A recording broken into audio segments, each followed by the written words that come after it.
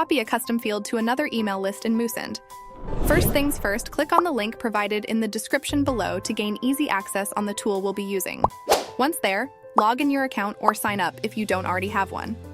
After logging in, you will be directed to the dashboard. On your dashboard, locate the menu bar at the top of the screen.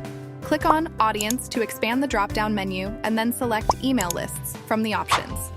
Next, you will see a list of your available email lists. Identify the one that includes the custom field you want to copy and click on its name to access it.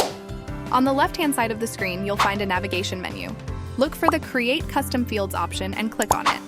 A list of all the custom fields associated with the chosen email list will appear. Locate the specific custom field you want to copy and select the checkbox beside it.